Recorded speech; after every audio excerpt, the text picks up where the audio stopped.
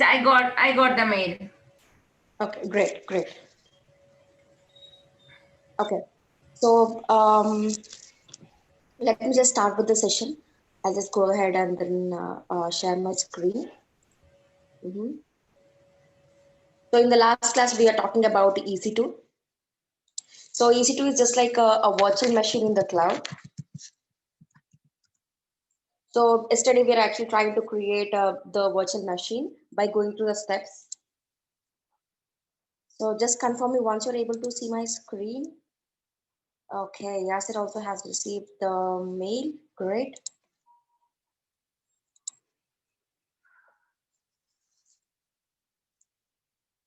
Okay.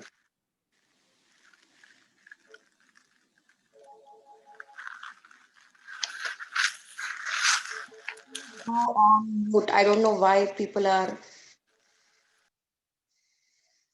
Yeah, thanks.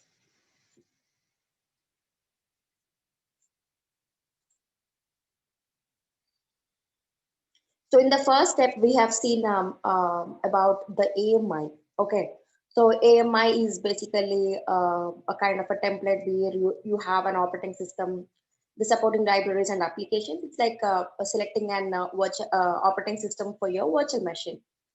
Okay, we have also explored the options here, and we'll just go ahead and select the Ubuntu 18.04 LTS for demonstration, which is under free tier.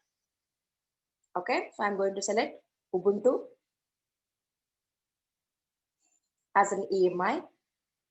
In the second step, we need to go for the instance type. So the instance type is basically the hardware configuration of your virtual machine. So the first step is the software, and the second step is basically the hardware. So whatever hardware configuration you wanted. So if you see here, we have a record which is basically a T2 micro which is under FreeTime. It's already selected.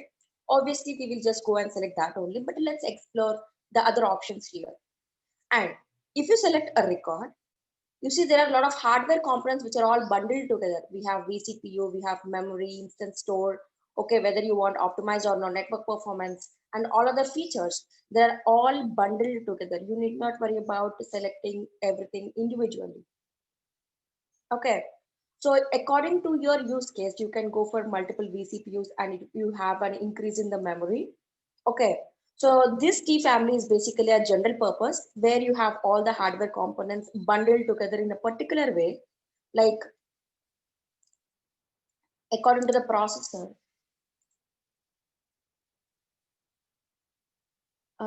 Do we need to know what all these categories mean and why they are important? Of course. You may not get in the exam, but it is just that, in order to go for the real time, you should know what is doing what. For example, if it is T family, it is general purpose. Okay, where everything is bundled together. Like if you go for a PC, you'll get the CPU, accordingly, you'll get the memory and then the compute part as and storage. But if you want to go for a more compute, you have C family here. Okay, like that we have like lot of use cases. If you want more compute power than any other hardware components, you can go for C family. Okay, so we have a D, F, G also. A G is basically these are all for animation. For example, if you're going for animation, you can go for the G family. Okay, you have even H for that. You have I. This is for memory optimized. If you want more memory, okay, and the M is even for memory only. And we also have P, R, and also X, Z. So this is for storage optimized. If you want more storage than any other hardware components, then you need to go for this use case. And again, on top of it, you can select the processor type so that you get the CPU as well as the memory accordingly. Okay. So it has to be understood well if you are going for real time, but for exam and interview, it's fine to understand in an overview. Okay, so this you will get more understanding when you start working on it. Okay, But if your use case is not into any specification, then you can go for the T family, which is a general purpose one, where you can go for the highest here, okay, or here. These are all T families only, okay. So for demonstration, obviously we will be selecting the T2 micro with under FreeTag, and we'll go to the third step. So here you will be defining how many instances you wanted with the same configuration. Let's take, if I keep a number 10, it will create 10 instances with the same AMI, that means Ubuntu, and with T2 micro as instance type. Obviously, to make it under FreeTag, we'll just create only one. And we also have spot instances. So these spot instances we will be discussing in the slides. Yeah. And then we will be discussing about the network. So as soon as you create an AWS account, it takes 24 hours to get activated. It's just because it creates a VPC, basically a network in every region. That is the reason it takes 24 hours to get activated. Okay, so when we are creating an EC2 instance, selecting a VPC is a default one and it's a mandate. Okay, so we already have a VPC created by AWS. Okay, and VPC is a very important topic in the training. We will be doing it as a project one when we come with this topic. Okay, so VPC is also a service like EC2 only.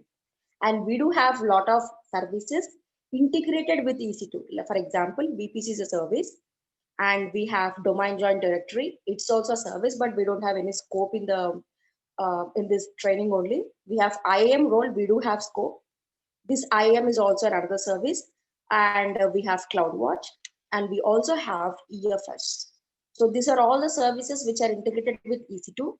We may not be able to discuss now, but when it comes to that particular topic, we will be discussing in detail. Okay. So as of now, we will be selecting a default VPC, which was created by AWS. Okay. And next we will be defining sub network. So out of main network, we are divided into sub networks, and AWS has created 6 sub networks, one in each availability zone. So here we will be defining in which availability zone you want your instance to be. You want it 1A, 1B, or in any one of it. So we can select any one of the availability zone. But if you don't prefer anything, AWS will select the best availability zone at this particular point of time. For example, at this time, 1B is good. It will go and create in 1B. Maybe later 1E is good. It will create in 1E. When I say best, that means having good latency and all. Yeah. And we also have auto assign public IP address.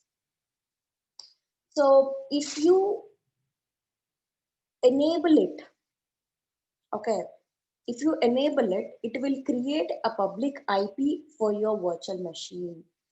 And it is using a subnet setting which is already enabled, but we can disable if you don't want to, or if it is disabled, you can still enable it.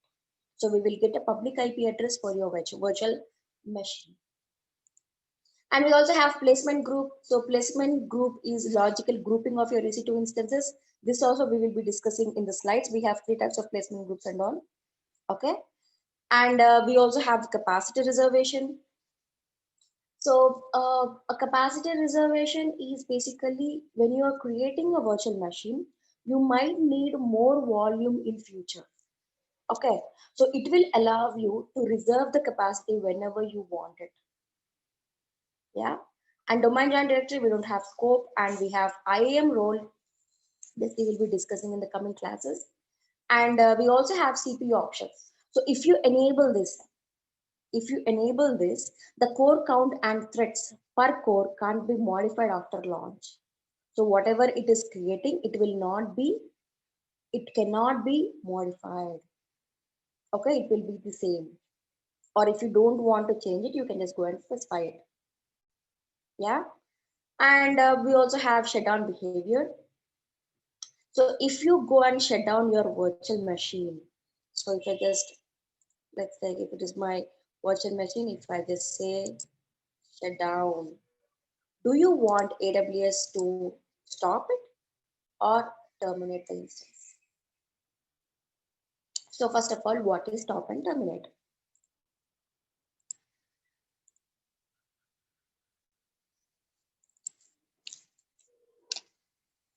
So I used to tell this is an easy to instance. Okay. So let's take you have a client application. Uh-huh. On EC2.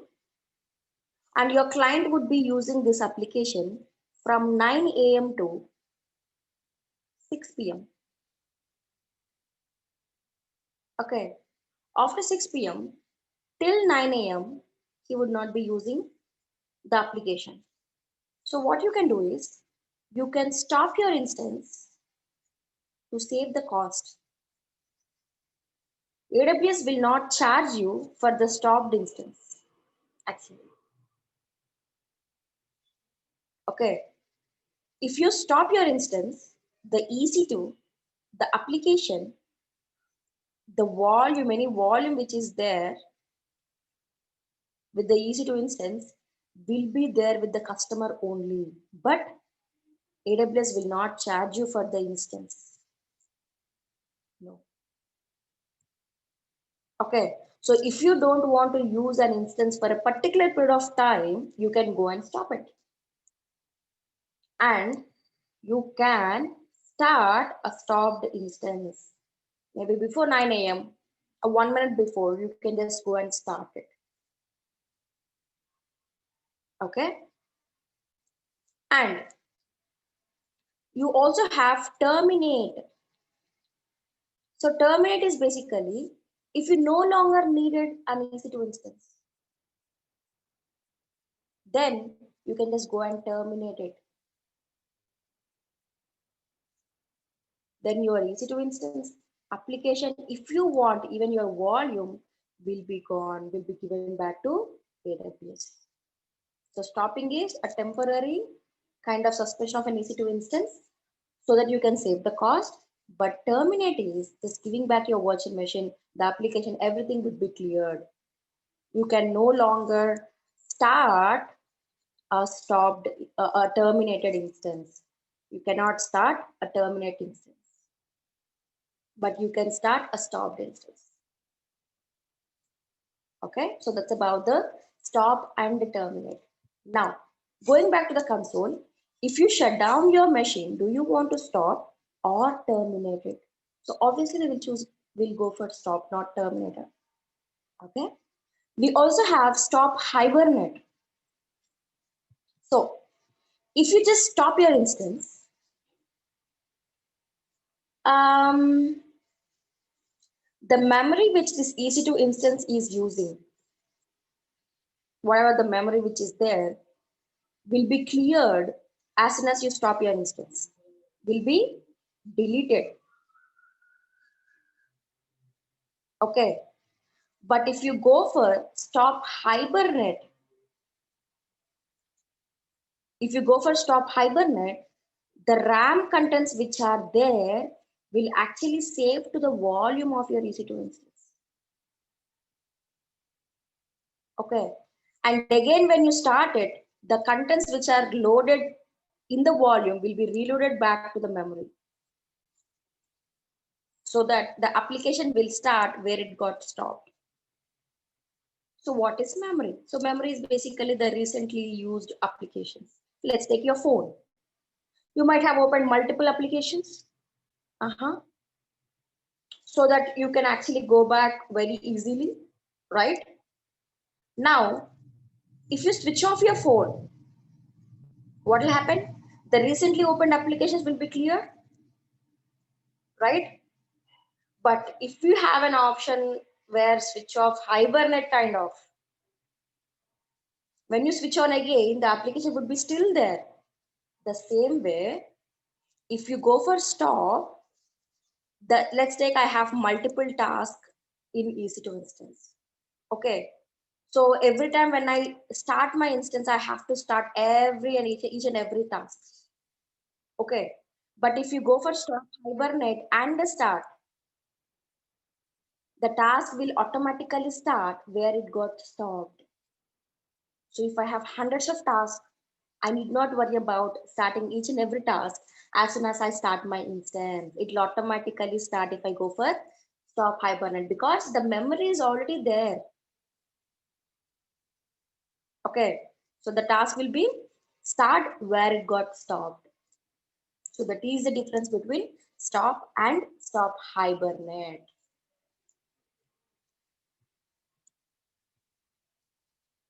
Guys, if you have any questions, you can ask me at any point of time. No worries.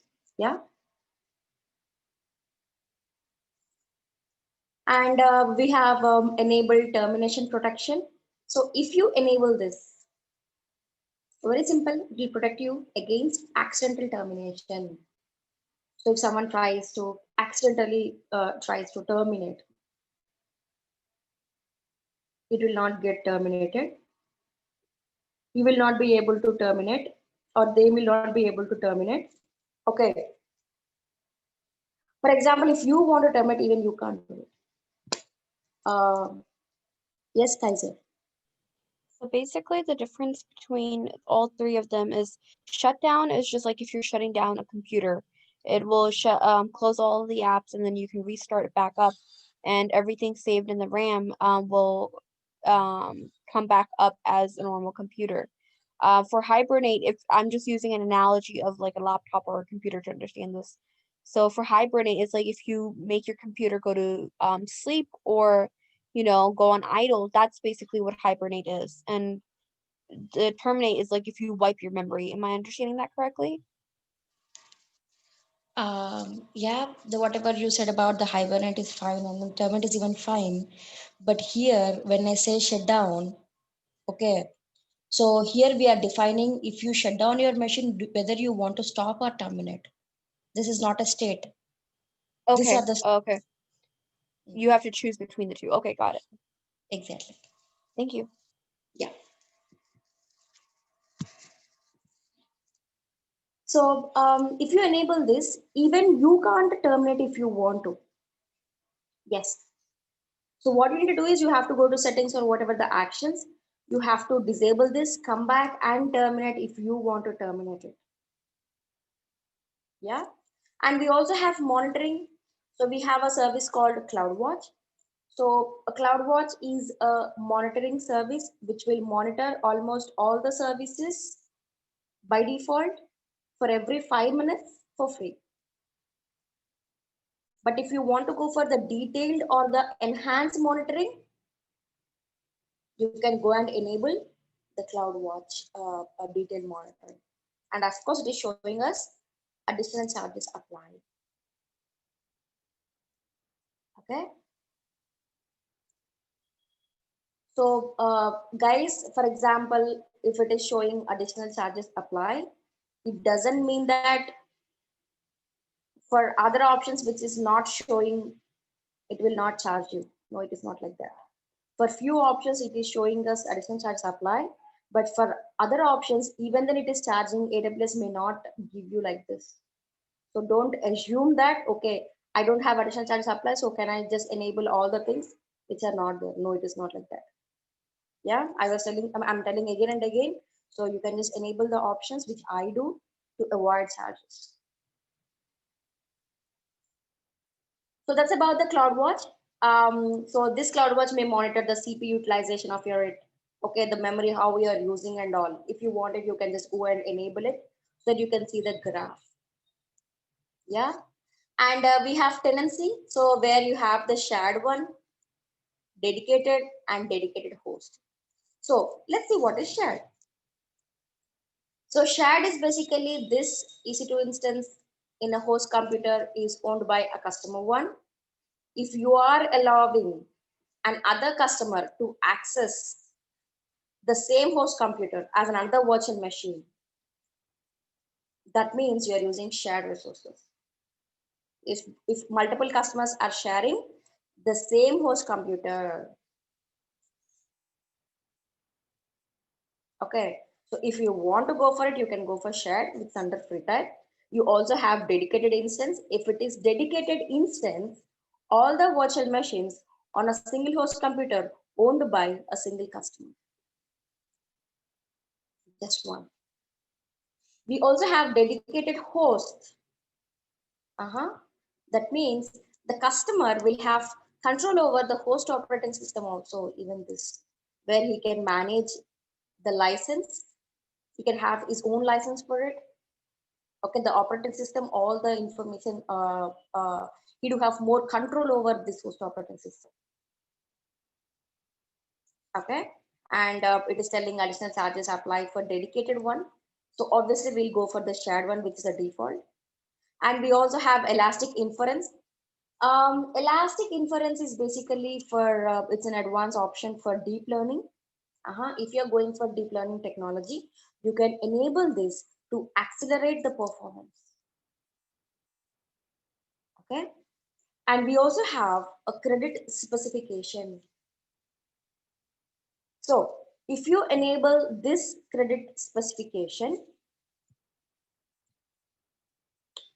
your EC2 instance will go beyond the baseline of the hardware and it will work for you. Let me come with an example.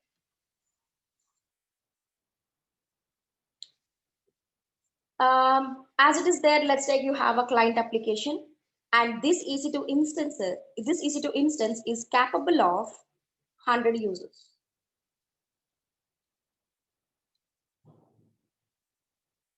Okay. This instance is capable of 100 users. Okay. And even the client is having up to 100 users.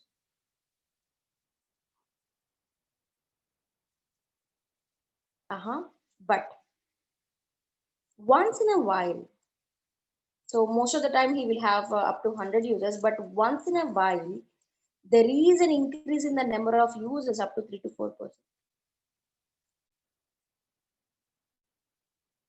Okay. So what you can do is, you can just go and enable this. Even though this EC2 instance is capable of only 100 users, even if there is an increase in the number of users up to 3 to 4%, your EC2 instance will go beyond the baseline of your hardware and it will work for you. Generally, what will happen? If there are more users than it can handle, what will happen? The server will crash. As usually it says, the server will stop responding actually. But with the help of this option, what you can do is it will work for you even if there is an increase in the number of users. I'll tell you how. Let's assume I just have 70 users using this application as of now, just now. Okay. So if there are 70 users who is accessing this application where EC2 instance is capable of 100 users, 70% of the CPU is utilizing, right? You can assume it. 70% of the CPU is utilizing. You have 30% which is left and which is not utilizing as of now. Okay, so if you enable that option in the console, what will happen when the CPU is not utilized for some percent, it will create CPU credits. It's called CPU credits like this. So whenever you are not using it, it will create CPU credits, and whenever you want it, it will go and utilize it one by one. So that is the reason I said, once in a while, if there is an increase in the number of users, then you can go for the CPU credit specification kind of option. But what if I have 110 users accessing the application all the time? When I say all the time, the EC2 instance may not be able to handle it because it may not have the left out CPU credits. No. Okay, you may need to go for a better instance type at that time. So if you have a use case in such a way that you have the number of users, okay, but if there is an increase in the number of users once in a while, then only the option is eligible. But if you have consistent number of users, I mean, if there is an increase in the number of users all the time, then this is not the right option. You may need to go for the better instance type. Bigger one, I mean to say. Okay. And we also have the EFS, so Elastic File System. This is basically a shared volume for your EC2 instance. This also we have hands-on. We will be discussing about it maybe in the coming classes after EC2. Yeah. And we have in advanced option, we have Enclave. So this is a new option. I think they have introduced a few days back, I think 2 to 3 weeks back. Okay, so if you enable this, it will protect you from the highly sensitive data of your EC2 instance. So it is telling Nitro enclaves allow to protect and process highly sensitive data within the EC2 instance. Okay, so if you don't want to get exposed to the highly sensitive data, then you can just go and enable this. And we also have metadata accessible, enable or disable. So if you want your users to access the metadata of your EC2 instance, then you can enable it. But if you don't want to access, you can disable it. But what is metadata?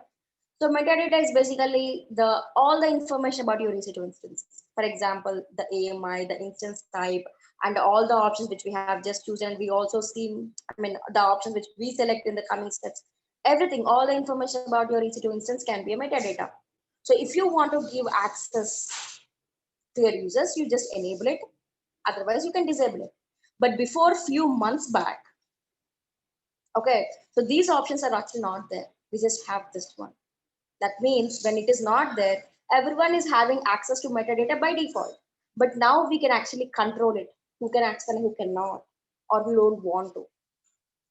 Okay, and once you enable it, you can enable in two ways. One is the request a response method. You request it, you get the response. You request for metadata, you get it. But we also have session oriented method. That means every day from 9 a.m. to 10 a.m., I want to access the metadata of your EC2 instance. Not before, not after. Even you can't do it. So that's basically a session oriented method. In a particular point of time, you can access the metadata. Not before, not after also. Okay. And we also have metadata token response hop limit. So this is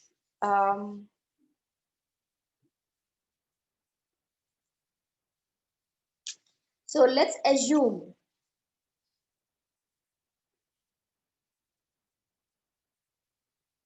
this EC2 instance is in a network, right? So we have selected the network, if you remember.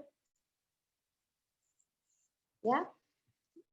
And if you're trying to access the EC2 metadata from a machine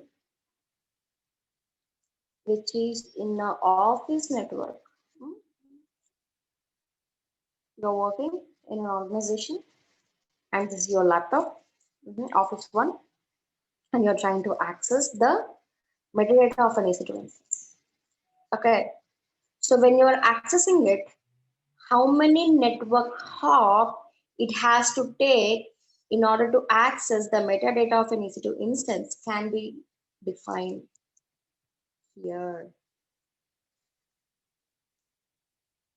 So when I say network hop, network jump. So from one network to, the request is jumping to another network. So it is actually jumping only one. Okay. So if you have multiple networks in between, so how many network hops it has to take? For example, do you have another network? So it has to take from here, one, and this can be a network 3.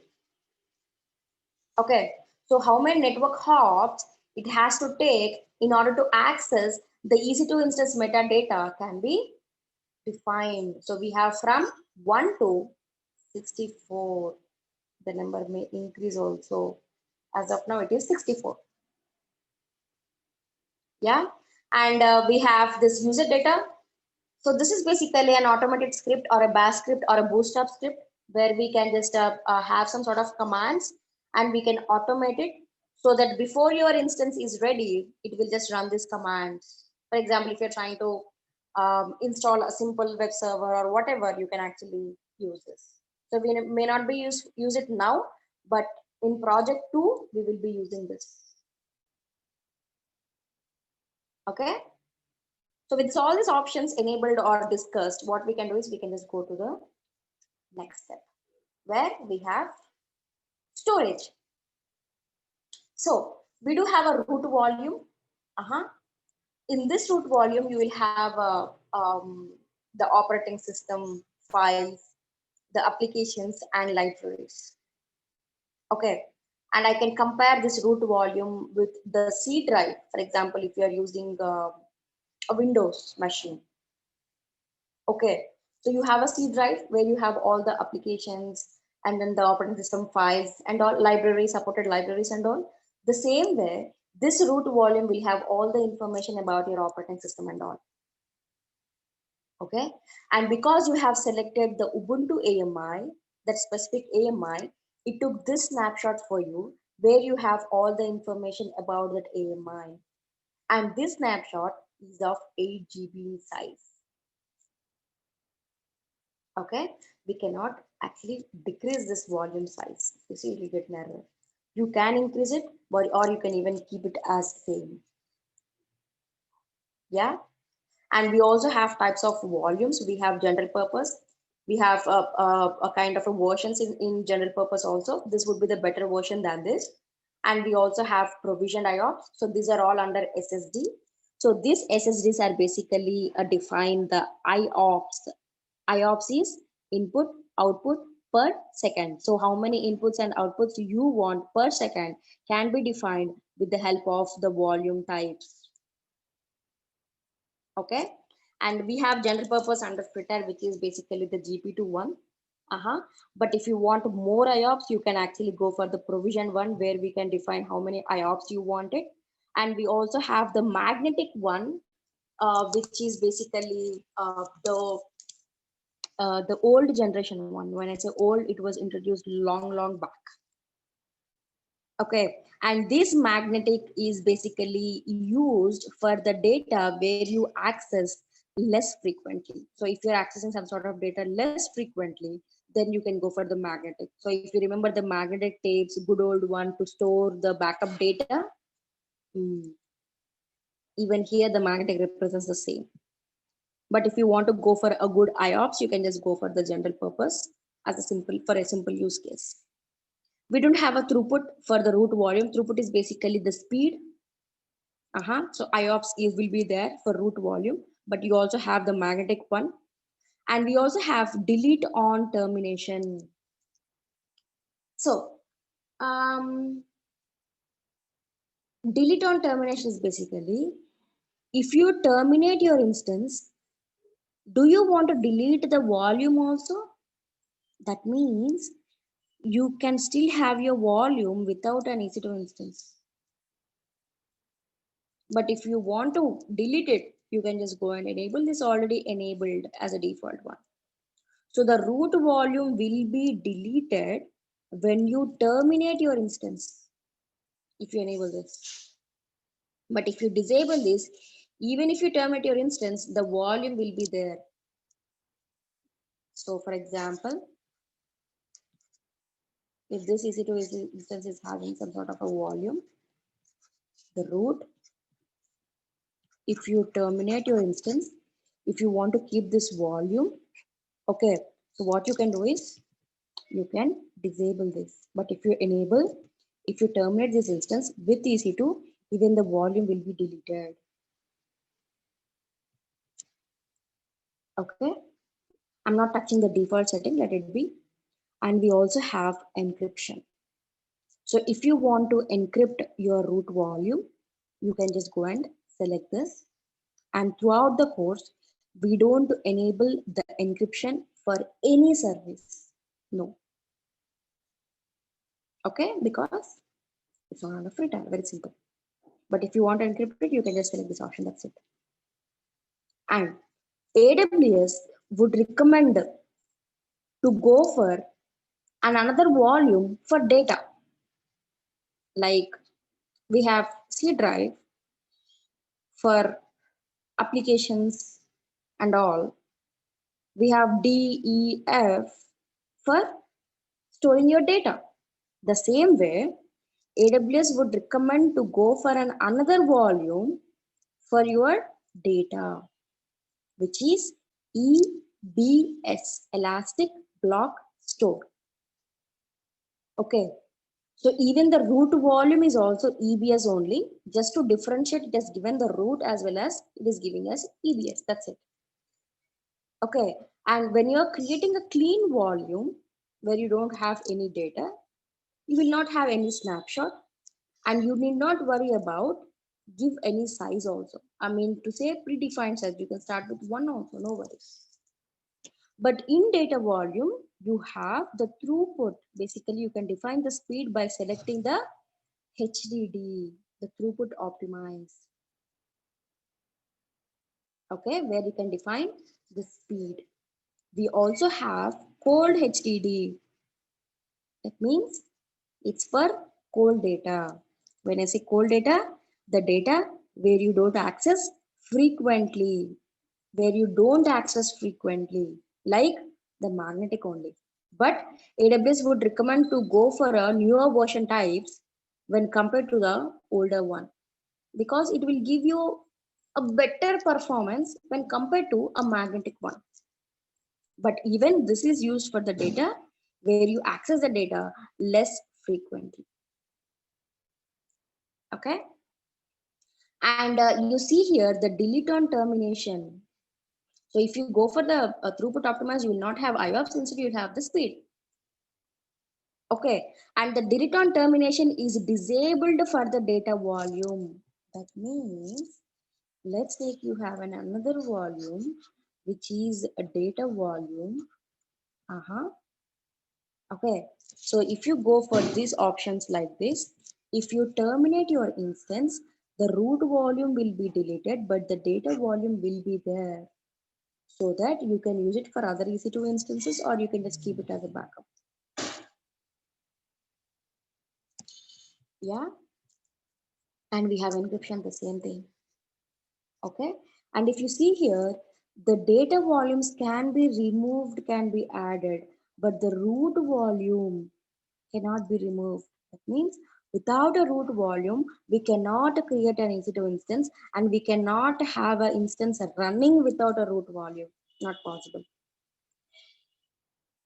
Because the root volume will have all the information about your EC2 instance, the operating system files and everything. So how can you have an EC2 instance running without a root volume? Not possible logically. Okay, so I'm not adding any data volume as of now. We have a separate topic for EBS. We'll discuss about it. Let's concentrate on EC2. So, but it is not that you cannot save data in the root volume. It is just that AWS would recommend as a best practice to add a data volume. Okay, so let's go with the root volume and go to the next step where you can add the tags. Tag is giving a name to your EC2 instance. So let's take I have hundreds of EC2 instances. How do you differentiate? By giving a name. So I can just say first instance, at least for you, if you're new to EC2. Okay, and you can add up to 50 tags maximum. You can add multiple tags if you want to, defining multiple values.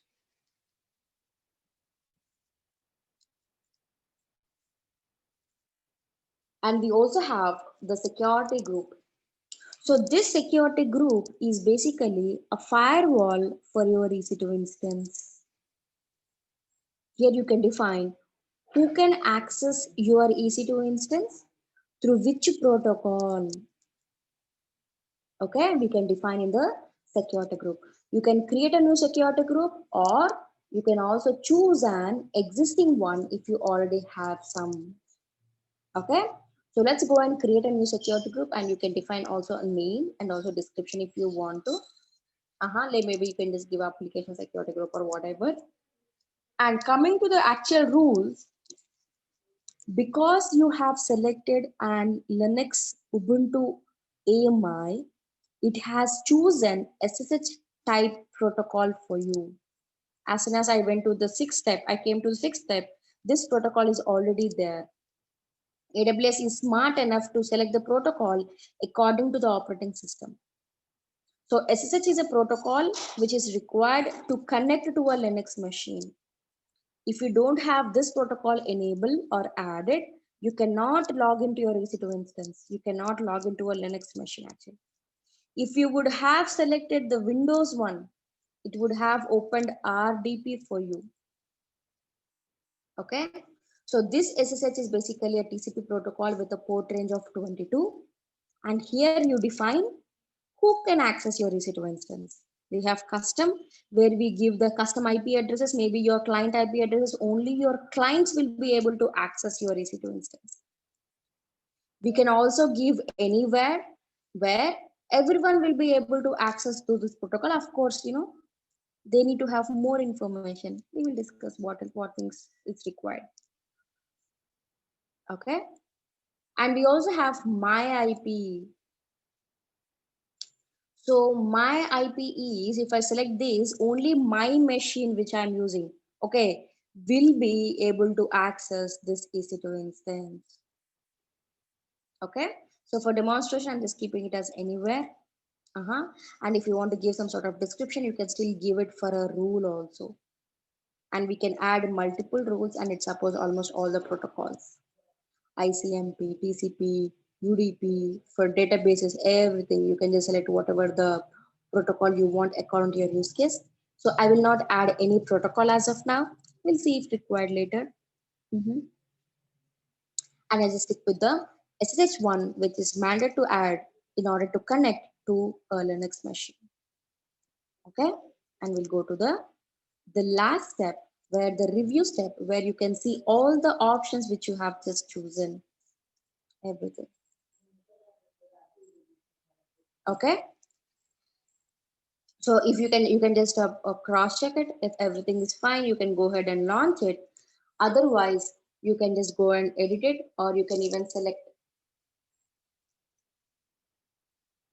you can even come here and then change the options and you can review it. Okay, so once you're done with all the options chosen, you can just go and launch an instance. Now, when you're launching an instance, you need to define a key pair. So a key pair is a combination of public and private key. Okay, so public key will be with AWS and private key will be with the customer. With the help of public key, AWS will encrypt a piece of data called password. With the help of private key, you go and decrypt it. So in order to log into your EC2 instance, you should be having a key pair. Okay, so with the help of public key, AWS encrypts. With the private key, you have to decrypt in order to connect to your EC2 instance. Okay, so without a key pair, I mean to say, without a key pair, you cannot connect to an EC2 instance. Okay, so if you need to go for a key pair, we do have few options. We have three options. One is choose an existing key pair. If you already have a key pair, you can select it. I mean to say, you need not worry about create a new key pair for every instance. If you already have a key pair created for other instance, you can just go and select it. Or if you are new, you can go and create a new key pair. Okay, so then you can just say, I would say MIT.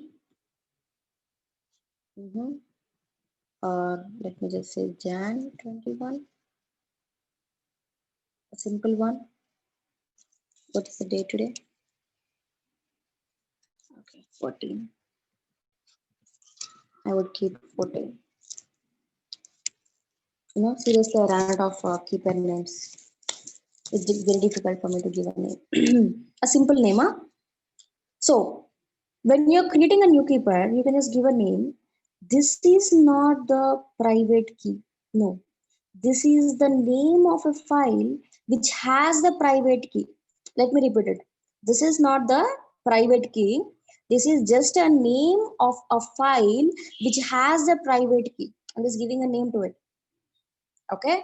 And as soon as I give a name, if you try to launch it, you cannot launch it because I said without a keeper, you cannot. It is highly recommended to download first to my downloads folder and then you can launch it. You see, it got enabled as soon as you download it.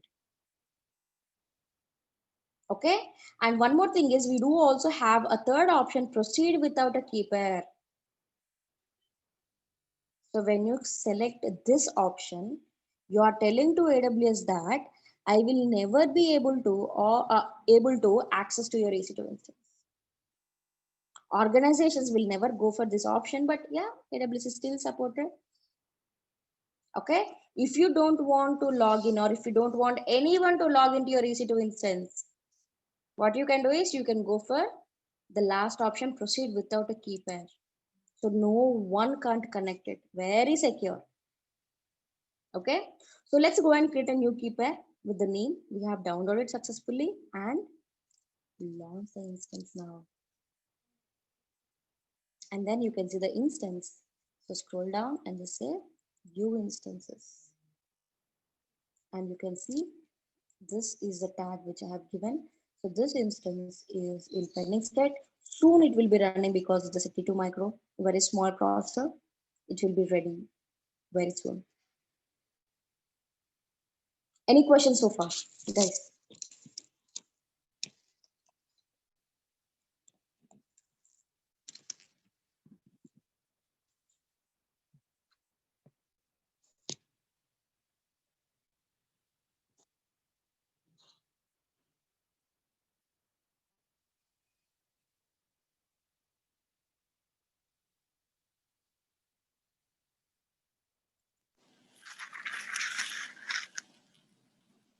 I know I have a general question. So it seems like we're going through lots of slides and a lot of information.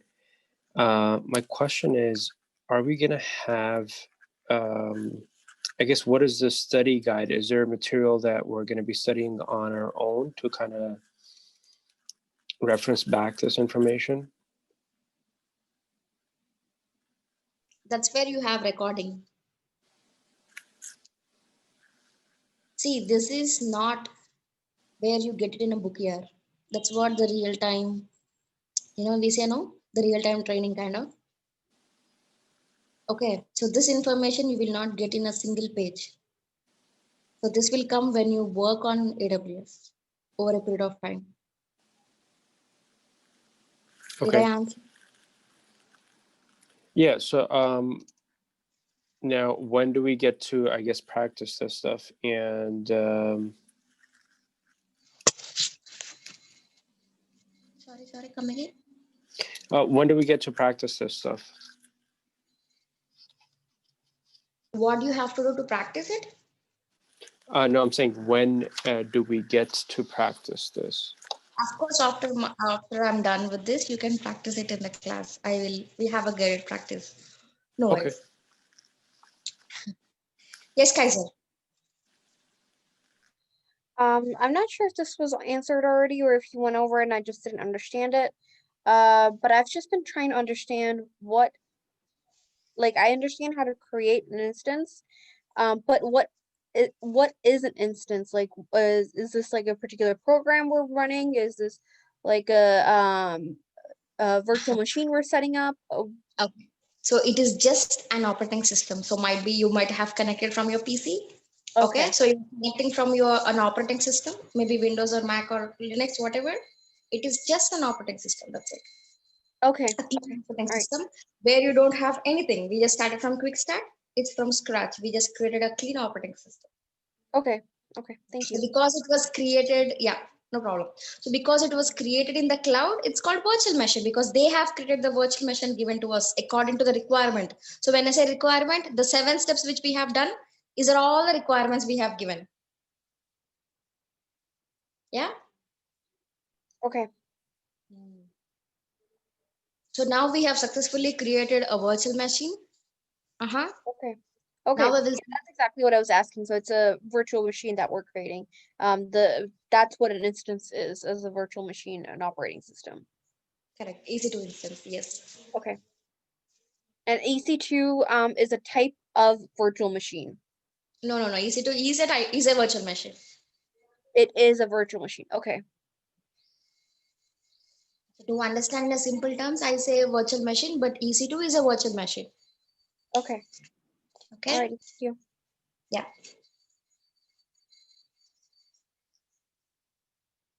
Any more questions? Okay, let me just see the chat. I don't see I have messages.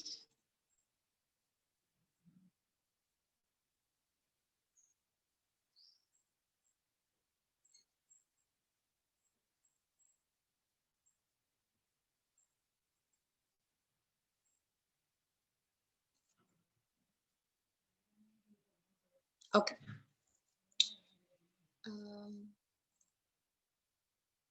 Okay, it's all good. Fine. Hassan, I see that you are connecting through phone.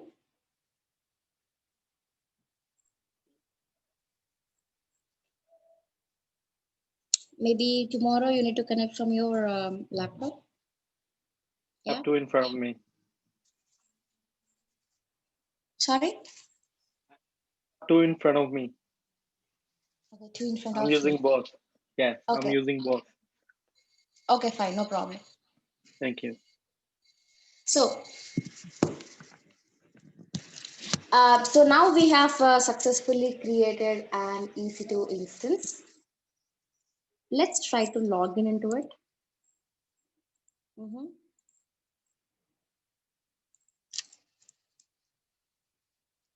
So what we'll do, please understand.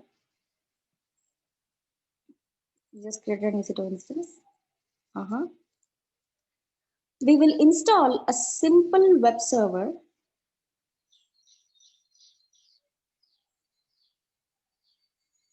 like as if we have installed an application. We will install a simple web server into the EC2 instance and we will host it with the help of public IP address. Let me compare this process. Let's take, I have a Facebook application here. Instead of web server, assume it, I have a Facebook application deployed on the EC2 instance. Usually you access the Facebook application with the URL facebook.com. Okay, whenever you say facebook.com, under this domain name, you will have the public IP address of the EC2 instance. Okay, so this facebook.com will resolve into the public IP address of the instance and it will hit to the server where your Facebook application is there. Okay, and it will respond back with the relevant Facebook page, maybe the login page, Facebook login page. That's how you interact with the server. But now we don't have a Facebook application and we also don't have a domain name. So instead of this application, we are just trying to install a simple web server, a default web server, and we will host it directly with the help of public IP because we don't have a domain name as of now. Okay, so guys, step by step is clear. If you have any question, you can stop me and you can ask me. Okay, so now I will log in and do the process which I just explained. Just give me a moment.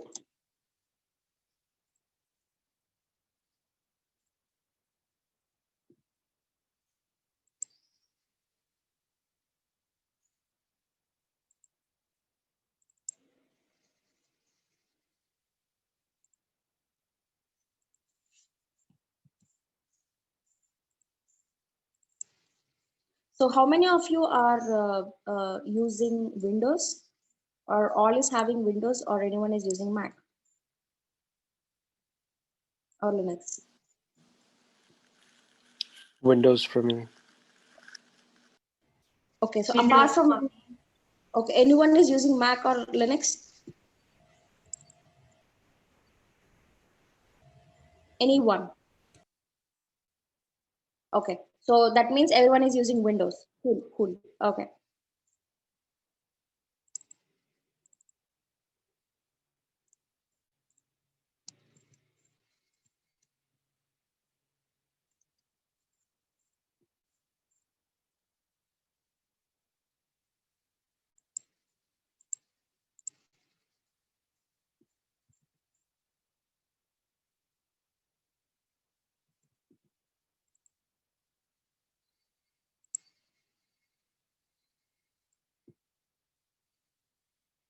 So what I have done, I have the key pair, basically we call it as the PEM because it ends with .pem. Okay, so I have just copied the PEM file which we have just created from the downloads folder to a different folder. Okay, where I have I just create a folder called key pair, and I just dump all my PEM files here. Okay, so I just added even this. Okay, so it's a best practice to gather all the PEM files in a single folder. You can just do the same. So in order to connect to your EC2 instance, I'm talking explicitly a Linux one, you need to have a simple software like Putty, or the one which we are using is a Git Bash. You will get the URL from the drive link. Maybe you can do it, no worries. Tomorrow I'll guide you if you have not yet done. Okay, so under the drive link, you have a folder called technology requirements. Okay, in that you have a requirements document. So if you can open that, where you will see the URL to install a Git Bash. Okay, so once you install it, it's very simple thing. You can just keep all default settings, just next, and you can just install it. And once you install it, you are ready to connect to a Linux EC2 machine. Okay, so the process is, first of all, you have to be in a folder where your PEM file is there. Okay, and then not on the PEM file, you should not click on the PEM file. On an empty space in that particular folder, just say right click. If you install the Git Bash, you will see these two options. Okay, so right click and then say Git Bash here, so that it will open in this particular link where I am in this link.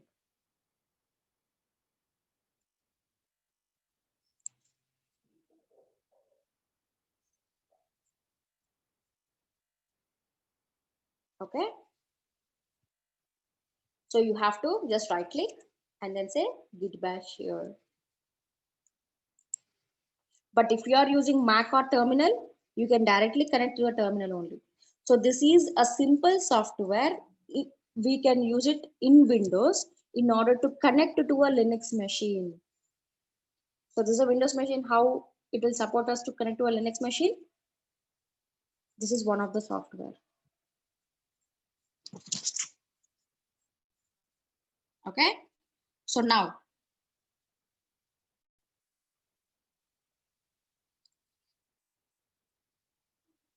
if you just say ls, if you just say ls, it will just show me all the PEM files which are there, or all the files which are there in this key pair folder. Okay, but when I say -l, ls -l, I can see in a detailed way. Okay, so where we can see even our PEM file also. Okay, if you see here, all the PEM files is having read-only access, almost all, not all, almost all, but I have a write access. So in order to connect it to your EC2 instance, your PEM file should have a read-only access. So the first step is changing the permissions of your PEM file. Okay, in order to do it, you need to go for chmod. You're modifying the permissions of your PEM file. So you say modify 400 is basically just read. I don't want any other operations except read. Okay, space. For which file? For this file. Enter. Now when I go for this PEM file, I just have read options only. Now this PEM file is eligible to connect to your virtual machine.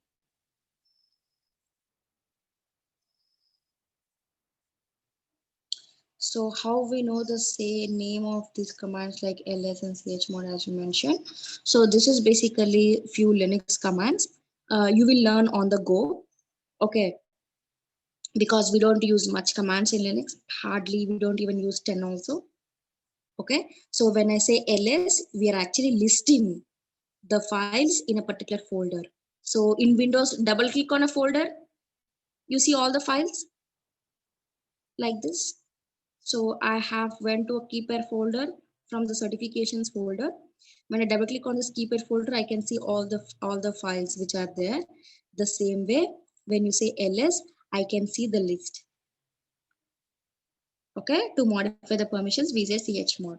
So it is just learning how to use a Linux operating system only. Okay, so because we do have very less commands, you will be learning over a period of time. Slowly, no worries. Now this instance, this PEM file is eligible to connect to your EC2 instance. In order to connect to an EC2 instance, here is the command. We say SSH because it's a Linux one. -I or -I. You're identifying your PEM file. Ubuntu, because you have selected a Ubuntu operating system at the rate of the public IP address of the instance. You can see the public IP address of the instance by going to the console. If you can just select this instance, you can see all the information about your instance down, including the public IP address. So here you can see all the options which you have selected and a lot more. All the metadata I can tell. Okay, so what we'll do, we'll take the public IP address here and we'll give it in the git bash. Okay, you cannot control V, we need to just right click and then say paste. So you say SSH, you're identifying your PEM file. I said without a PEM file you cannot connect because you should have a PEM file in the folder where you are into and Ubuntu at the rate of the public IP address and say enter. So now you can actually connect. It's asking, are you sure? Yes, I'm just saying, yes, I want to connect it. So just before I am in the keeper folder every time, but now as soon as I connect it, I went to Ubuntu. I am in Ubuntu now. I have successfully connected to this instance.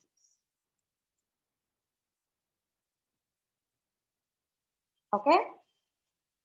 So once I connect it, what we're supposed to do, we need to install a simple web server and host it with the help of public IP address in the browser, as I did, as we generally do with the other websites. So what I would do, before I install a simple web server, let me run another mandate command. I say sudo apt-get update. So sudo is basically I'm taking the root permission and I'm saying apt-get. So this apt-get is basically a package management tool which we use for Ubuntu. So if I go for Red Hat, I will use Yum. If I go for Ubuntu, I use apt-get. If I go for Amazon AWS, I meant to say AWS AMI, I use Yum again because it's a derivative from Red Hat. So in Linux, we have different distributions like Ubuntu, SUSE, Red Hat and all. According to the operating system, this will change. But ls and few commands, basic commands will remain same. Okay, so when I run this command, or this command is mandate command. So when I say sudo apt-get update, it will update all the packages in this operating system to a latest version. Okay, so if you don't run this command, your operating system may not work as it should be. So you have to run this command every time when you log in for the EC2 instance, or when you connect to your EC2 instance for the first time at least. Okay, so once you have updated it, now you are ready to install. So I say again, sudo apt-get. So apt-get is very common for all the commands. Now I'm installing. So the simple web server name is Apache. Okay, so I'm just taking the root permissions, apt-get. I'm installing a simple web server. So it's asking, are you sure? Yes, of course I am. And say enter.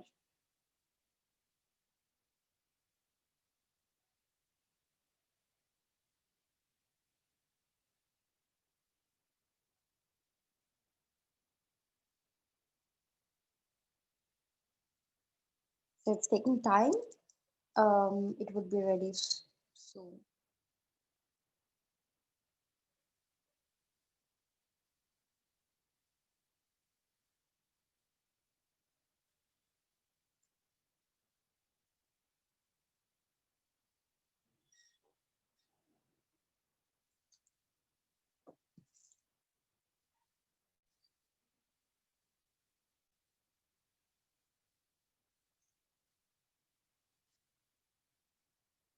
Okay, so now if you see here,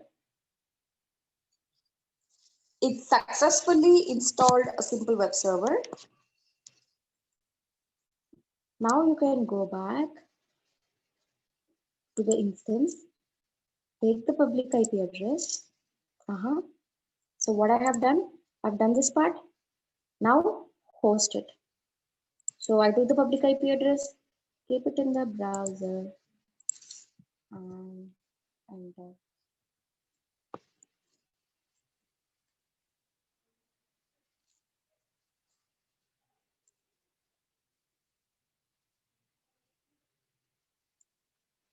it will not work. It will just go for timeout. Can anyone tell me why I'm not able to host it in the browser to the EC2 instance, but I'm able to connect to this EC2 instance, but I'm not able to host it? Anyone? Any idea, any guesses why I'm not able to do?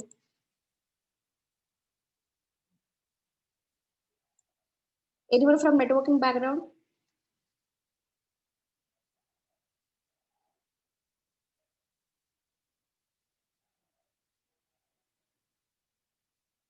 Okay.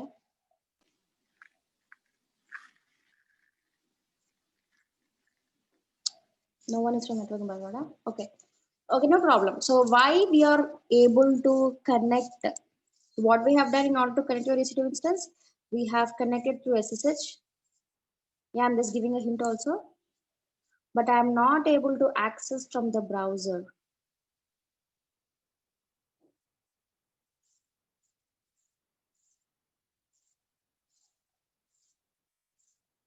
Okay, no problem.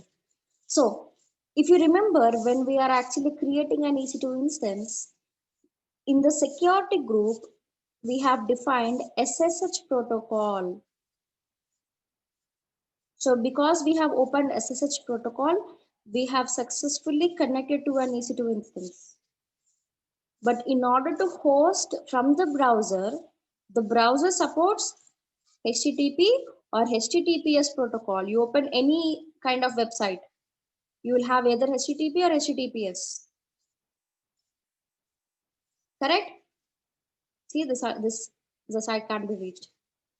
So if you are hosting it, you should have HTTP or HTTPS protocol open. So HTTPS is more secure and we have a lot of things which we need to do. So let's stick with HTTP at least. So in order to add a rule after the creation of an EC2 instance, you have to go to the security. Okay, so here is a security group which we have created for this EC2 instance, and you see the rules. We just have SSH protocol, which is port 22. So what we do? Go to security group.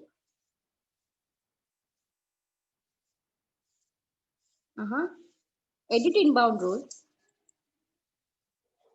and add HTTP. Just keep it as anywhere and then save it. How much time it takes to reflect? Immediate. It's immediate. You see, we got a default page. So that's the importance of security group. So just to show you the importance of security group, I have not added the HTTP protocol at the time. So you may not get it if I add initially only. Okay, so through which protocol you are accessing the EC2 instance can be defined in the security group, I said. So if I say SSH, you can only connect it. But if you open HTTP, you can host it like that. Am I clear? Any questions, guys? Yes. Please ask me. Any confusion?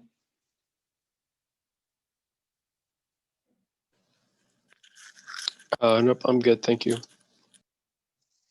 Cool.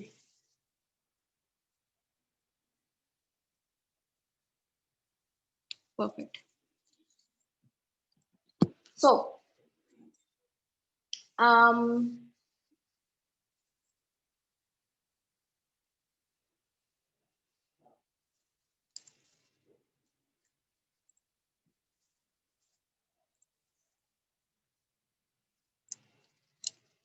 so now what we have done, we have created an EC2 instance. And I was also talking about the volume with the EC2 instance, right?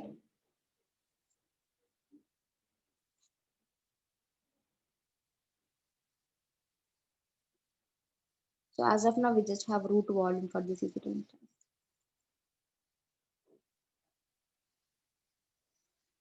Correct? So which is also an EBS volume.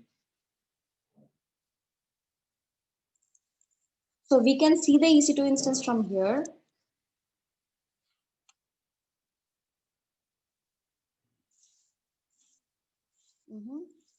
And the volume of this EC2 instance can be seen in the Elastic Block Store, or under the Elastic Block Store, we have volumes. So I do have two instances. I may see two volumes, but I can recognize with the help of tags.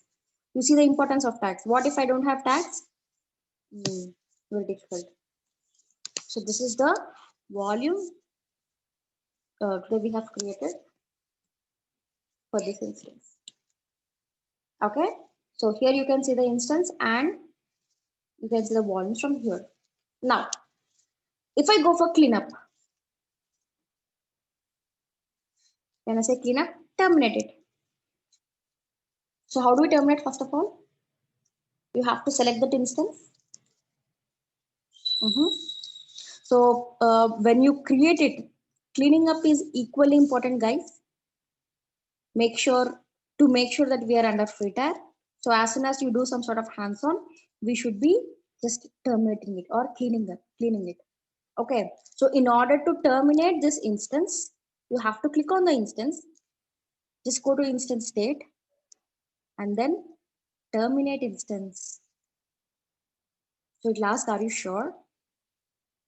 Of course, I am. So as soon as you say terminate, it will be moving to shutdown state, and then it will say terminate.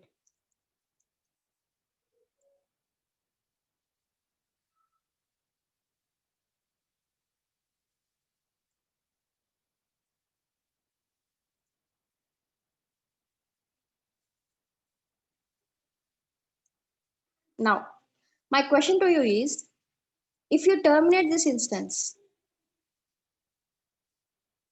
what will happen to this volume? Guys, I want everyone to answer. We cannot access that volume and EC2 system anymore because we selected the terminate.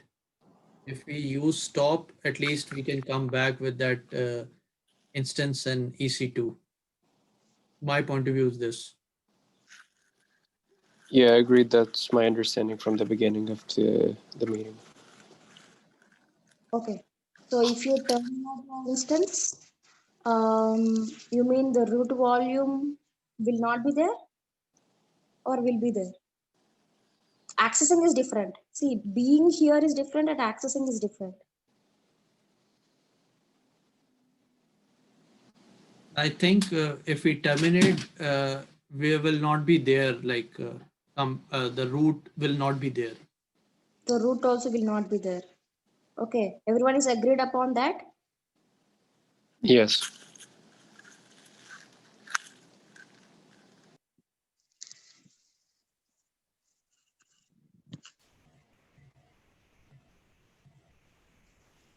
Answer others. I need answers for others. See, going forward, I will see who is answering and I'll ask who is not answering. Huh? Let me just check.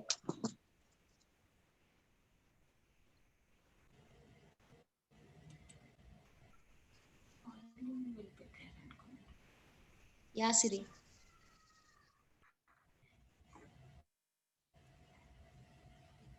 Volume will be there and you can't access it. Volume will be there. Yep. Okay, but you can't access it. That's what you're telling? Yeah.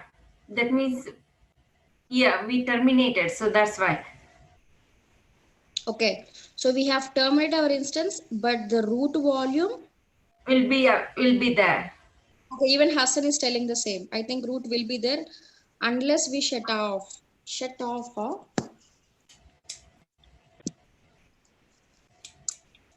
Okay. So when you're launching an instance, whatever will be the AMI. Okay. So when you launch an instance, if you go to the storage, okay, so you have a root volume and delete on termination option. I explained it for a long time. So delete on termination is enabled for the root volume. That means the volume will be deleted upon the termination of your EC2 instance. Okay. When we are creating, we have not changed this option. When I say, see, this can be an interview question, guys. Okay, so please understand each and every topic which I explain, each and every point is under interview based. You have to be really careful. No worries, that's fine. You just remember it whenever you have misunderstood something, just correct yourself and remember it. Okay, so when you terminate your instance, if they ask what will happen to the root volume, so you have to say by default.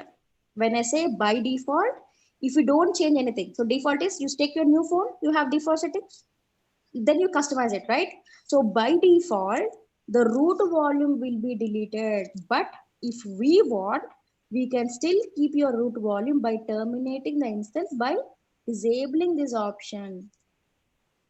So by default, when you terminate your instance, the volumes, the root volume will be deleted. Am I clear now? No worries, guys. See, please don't mind if you just answer wrong. It's absolutely fine. I'm thankful to you for at least you have answered it. It's good practice. I want the session to be interactive so that you can enjoy learning.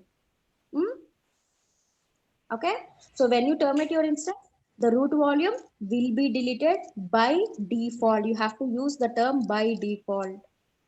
You should not say the root volume will be deleted. Then he may ask, so is it that every time it will delete or not? So to avoid such kind of stupid questions later, you can just say by default it will be deleted. But if you want, you can still keep your root volume by disabling that option, the delete on termination option. Yes, it's important in interview. They'll ask you. Okay. So any questions so far before I wind up the call? Yeah, the same thing, like as I answer, the volume will be, but and as we terminated the command, we understand to say by default it is being selected and we can change it. But as terminology, we cannot access back that instance because we terminated the instance. Am I right? Yes. So when it comes to accessing the instance, once you terminate, you can't, definitely not. So my Okay. question is about the volume actually. So you answered a different thing. So that is the reason I have not mentioned that point over there. Yeah, I understand. I said like the root will be deleted, but that's not the right term. We have to say to the person who's taking the interview or anything in a professional command that we by default it is selected. So that's why the root volume will be deleted. Otherwise, if we want to keep the root volume, we can change that option. Delete on termination option. Please remember this. They'll ask which option kind of. Okay. So you cannot just keep it something in air. You should say delete on termination should be disabled in order to keep your root volume. Okay. Thank you. Okay. Yeah. Perfect. Super, guys. Any more questions? No. Okay, you're good. So tomorrow, everyone connect from your laptop. As soon as we connect, you will be doing the hands-on. Okay. So guys who are very much new to IT itself, I recommend you to not to do in home. So once you do it in the class, then you can do it as a practice and you have to do it as an assignment also. Okay. Okay. So tomorrow, everyone, just a minute, I got a message. Okay. So, okay, no questions. Huh? Fine. So you need to do it tomorrow as soon as we connect to the call. You just log into your machine. And I will be giving the instructions in the class. Okay. And then you can just follow the document and you can do it. I would be guiding you if you are facing anything, and I'm happy to do that. Okay. So if you don't have any questions, guys, we'll wind up the call for today. Thank you so much for connecting. Yeah. Thank you, Anu. Thank you very much, and thank you very much for your time and for the lecture for today. Thank you. Thank you so much. Thank you, Chalo. Anu. Thanks, Have a Anu. good day. Bye. Happy sleeping. Okay, thank you. Thanks. Bye. Bye.